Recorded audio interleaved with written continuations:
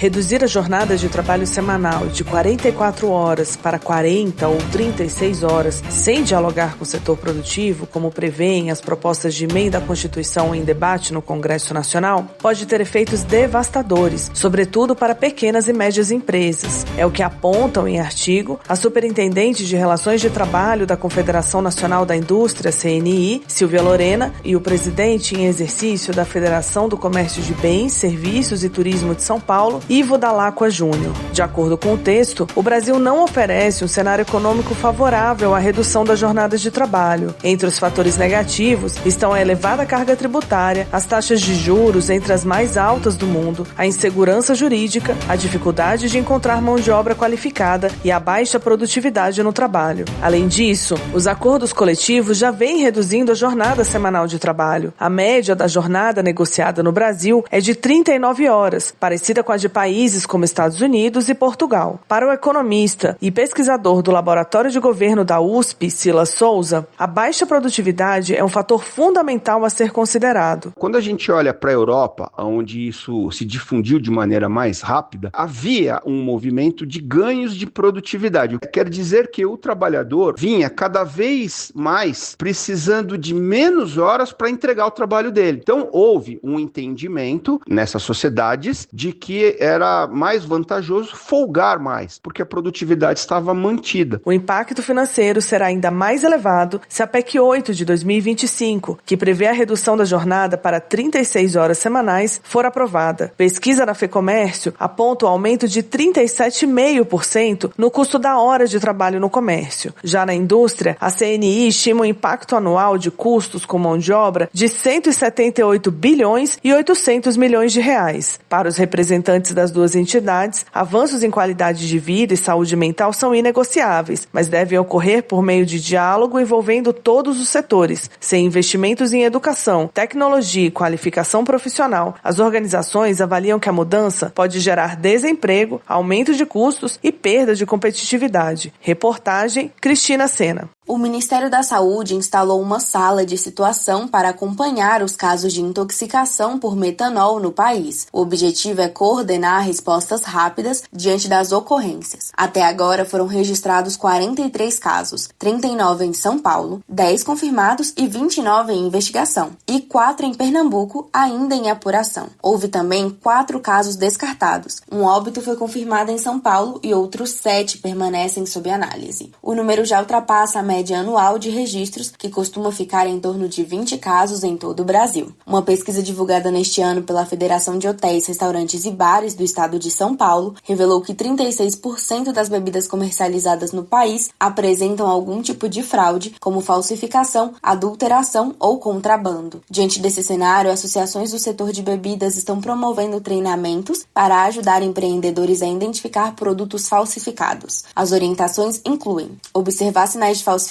em garrafas, tampas, rótulos e líquidos, conferir o selo fiscal obrigatório em bebidas destiladas, verificar nível de enchimento, impurezas e cor, analisar rótulos e contrarótulos, comprar sempre de fornecedores legais e descartar corretamente bebidas suspeitas. Reportagem Mariana Ramos. O projeto Braçadas do Futuro continua revelando talentos da natação em Roraima. No fim de setembro, 3 integrantes da equipe aquática Marinho foram convocadas pela Confederação Brasileira de Desportos Aquáticos para representar o Brasil na Copa Pacífico de Natação, que acontece de 10 a 16 de novembro em Cochabamba, na Bolívia. Entre as convocadas está a jovem atleta Kathleen Manuela Amaral, de 18 anos. Ela terá o apoio da fisioterapeuta Aimee Nobre e da coordenadora técnica da natação feminina, a professora Teca Marinho. Kathleen participa do Braçadas do Futuro. Patrocinado há 5 anos pelo Banco da Amazônia, o projeto oferece treinos de alto rendimento em águas abertas para 200 atletas e para atletas de Boa Vista. Essa será a 3ª vez que Kathleen disputará a Copa Pacífico. Para a nadadora, o apoio do projeto e o patrocínio foram decisivos para garantir presença em competições internacionais. O patrocínio do Banco da Amazônia é essencial para que eu consiga participar dessas competições internacionais, conseguir representar o meu estado, e o meu país internacionalmente. E isso só mostra como o Banco da Amazônia acredita no potencial dos atletas e na importância do esporte na vida das pessoas. Apenas no primeiro trimestre deste ano, o Banco da Amazônia destinou mais de 3 milhões de reais a projetos esportivos, sociais e ambientais na Amazônia Legal. Reportagem Bianca Mingotti. Reúna os amigos e a família e vá ao Bona Pizza. O funcionamento é de segunda a segunda até às 10 da noite. Localizado na praça de alimentação do Friburgo Shopping, o Bona Pizza oferece pizzas doces e salgadas, lanches rápidos, sucos e refrigerantes. Bona Pizza do Shopping da Praça. Telefone com WhatsApp 2523 3025. 2523 3025.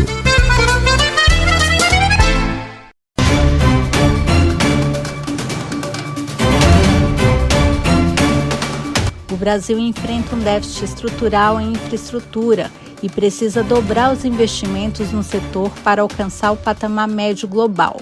A conclusão está no estudo Raio-X do Setor de Infraestrutura Brasileiro 2025, lançado pelo Sindicato Nacional da Indústria da Construção Pesada, o Sinicom, em parceria com a Federação das Indústrias do Estado do Rio de Janeiro, a Firjan. O levantamento revela que o país ocupa a 62ª posição em um ranking de 67 países em desenvolvimento quando o assunto é infraestrutura. Nos últimos 15 anos, os investimentos médios ficaram em apenas 2,31% do PIB, chegando a 2,22% em 2024. O dado chama a atenção porque, segundo o estudo, o Brasil vem investindo abaixo da taxa de depreciação anual dos ativos de infraestrutura. O gerente de infraestrutura da Firjan, Isaac Overney, reforça a relevância do estudo ao mostrar como o setor é estratégico para o país. O que o Raio-X mostra é a importância do setor da construção pesada, não só pelos empregos e geração de riqueza que o próprio setor consegue produzir, mas por todo o impacto na cadeia produtiva da construção, né? Além, claro, do impacto na competitividade nacional, o Brasil ele tem a necessidade de reduzir esse gap de infraestrutura em relação aos países desenvolvidos e é fundamental que haja bons planos setoriais para atender essa demanda nos próximos anos. O diretor executivo do Sinicom, Humberto Rangel, destacou ainda a necessidade de o país tratar o investimento em infraestrutura como prioridade nacional. Eu chamo a atenção para um dos dados fundamentais que estão aqui expressos nesse raio-x e que se refere ao estoque de infraestrutura que o Brasil tem na sua totalidade, que corresponde a 35% do PIB nacional. Uma parte do investimento, talvez cerca de 2% do PIB, seria o valor necessário só para você ficar no mesmo lugar. E nós não podemos ficar no mesmo lugar. O Brasil precisa atingir cerca de 2 vezes esse valor. De 60% seria um patamar mínimo de valor de estoque de infraestrutura para que o Brasil possa se colocar na posição de equivalência com países desenvolvidos. O estudo aponta entraves históricos que prejudicam a competitividade do Brasil e a qualidade de vida da população. Os principais desafios internos são as rodovias, pois mais da metade da malha viária apresenta problemas, gerando um prejuízo logístico anual estimado em 8 bilhões e 800 milhões de reais. O saneamento básico apresenta o quadro com cerca de 32 milhões de brasileiros sem acesso à água potável e mais de 90 milhões vivem sem coleta de esgoto adequada. O setor de logística é marcado por ineficiência, como ferrovias subutilizadas, portos congestionados e uma rede metroferroviária insuficiente para atender às necessidades dos grandes centros urbanos. E as telecomunicações, que mesmo com avanços tecnológicos, como fibra ótica e o 5G, ainda há desigualdade no acesso em áreas rurais e periféricas. O raio-x do Sinicom e da Firjan reforça que ampliar os investimentos em infraestrutura é essencial para destravar o crescimento econômico, melhorar a competitividade do Brasil e garantir avanços sociais e ambientais. Reportagem Débora Souza. As empresas apoiadas pela Agência Brasileira de Promoção de Exportações e Investimentos, a Apex Brasil, exportaram em bens o equivalente a cerca de 50 bilhões e meio de dólares entre janeiro e junho de 2025. O valor equivale a mais de 30% dos 165 bilhões e 870 milhões de dólares resultantes de todas as exportações do Brasil no mesmo período e representa um aumento de 3,8% em relação aos 6 primeiros meses de 2024. Os dados são do relatório semestral de desempenho da agência. Ao todo, a Apex Brasil atendeu mais de 14 mil empresas. Dessas, 3.400 realizaram exportações para 1.800 compradores internacionais. Os principais destinos foram China, Estados Unidos, Argentina, Países Baixos e México. Para a diretora de negócios da Apex Brasil, Ana Repesa, os números mostram a força da diversificação de mercados e ela destaca a importância dos resultados. Isso é um número muito significativo, especialmente em um momento em que a gente enfrenta aí uma situação geopolítica desafiadora no mundo, mas a gente continua apoiando e diversificando o mercado para todas essas empresas apoiadas pela Apex. Os setores com maior valor em exportação com o apoio da Apex Brasil são agropecuária, alimentos e bebidas, serviços e indústria de transformação. A agência também se empenhou em aproximar-se de empresas brasileiras fora do eixo sul-sudeste. De acordo com Ana Repesa, cerca de 20% das empresas atendidas estão no norte e nordeste. O relatório mostra ainda que quase metade dos 14 mil empreendimentos atendidos são micro e pequenas empresas. Para Alexandre Andrada, professor de economia da Universidade de Brasília, o dado é relevante. A cifra apresentada no relatório da Apex é importante, pois são as micro e pequenas empresas as que mais precisam, que mais demandam auxílio do governo para conseguir acessar o mercado internacional, já que elas não contam com os mesmos recursos financeiros, com a mesma rede de contatos e o mesmo capital humano que as grandes empresas. Entre janeiro e junho, 37 projetos com suporte da agência anunciaram 5 bilhões e 900 milhões de dólares em investimentos. Desse total, 108 milhões estão destinados a projetos nas regiões Norte e Nordeste. Reportagem Cristina Sena, com narração de Lívia Brás. Você sabia que a internet aumentou o alcance das emissoras de rádio? Além de poder ouvir nossa rádio em sua casa, trabalho e no carro, através de seu smartphone, você pode nos ouvir também em qualquer cidade, estado ou país. Basta baixar e instalar o aplicativo Radiosnet em seu celular ou tablet. É de graça. O Radiosnet está disponível para Android e iOS no site radiosnet.com.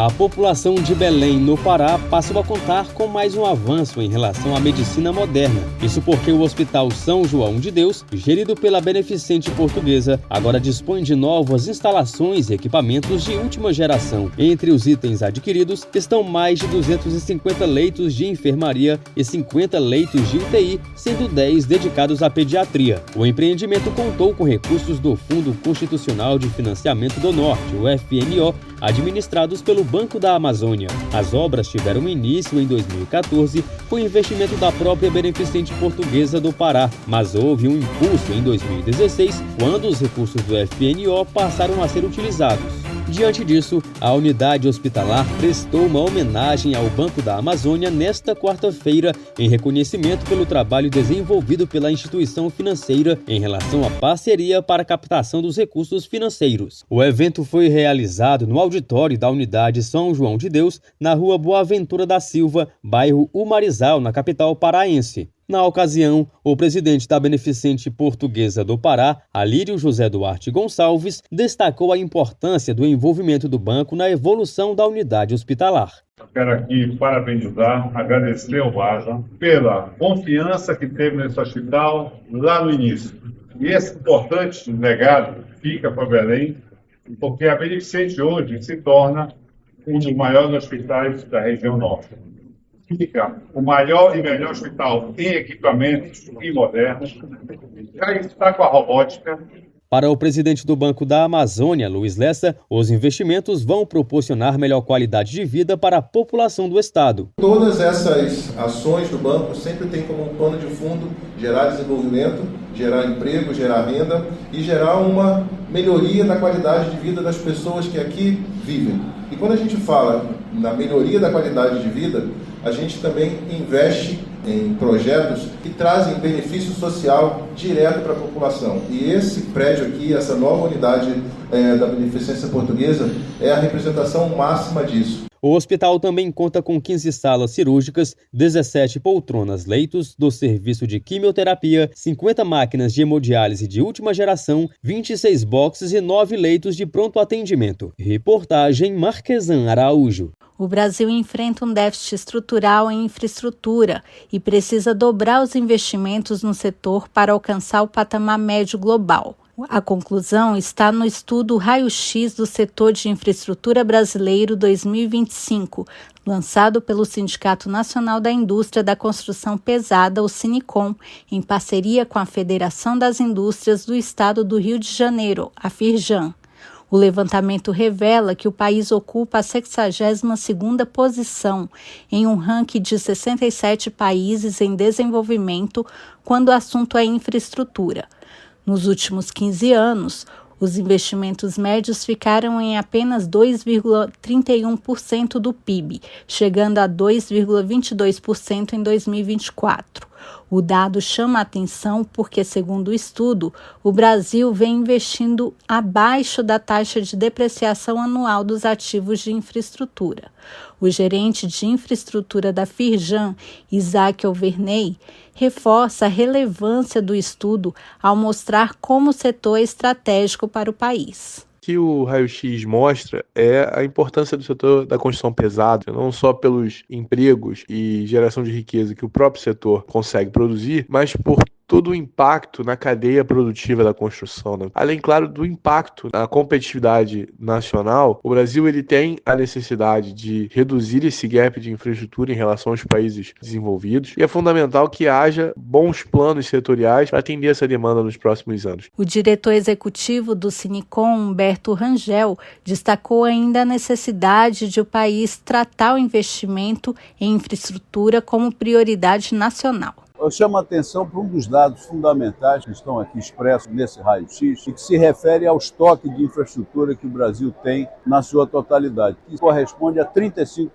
do PIB nacional. Uma parte do investimento, talvez cerca de 2% do PIB, seria o valor necessário só para você ficar no mesmo lugar. E nós não podemos ficar no mesmo lugar. O Brasil precisa atingir cerca de 2 vezes esse valor. De 60% seria um patamar mínimo de valor de estoque de infraestrutura para que o Brasil possa se colocar na posição de equivalência com países desenvolvidos. O estudo aponta entraves históricos que prejudicam a competitividade do Brasil e a qualidade de vida da população. Os principais desafios internos são as rodovias, pois mais da metade da malha viária apresenta problemas, gerando um prejuízo logístico anual estimado em 8 bilhões e 800 milhões de reais.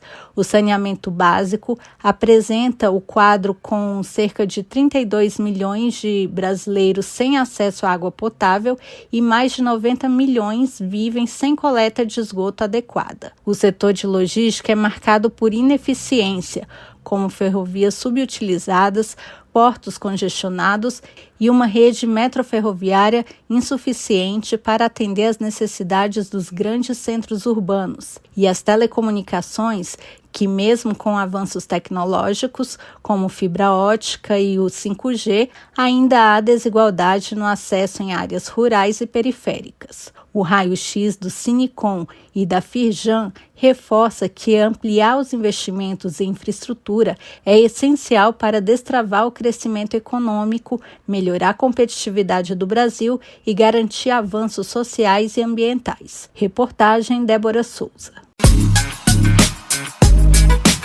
Choperia e restaurante Chapa Quente.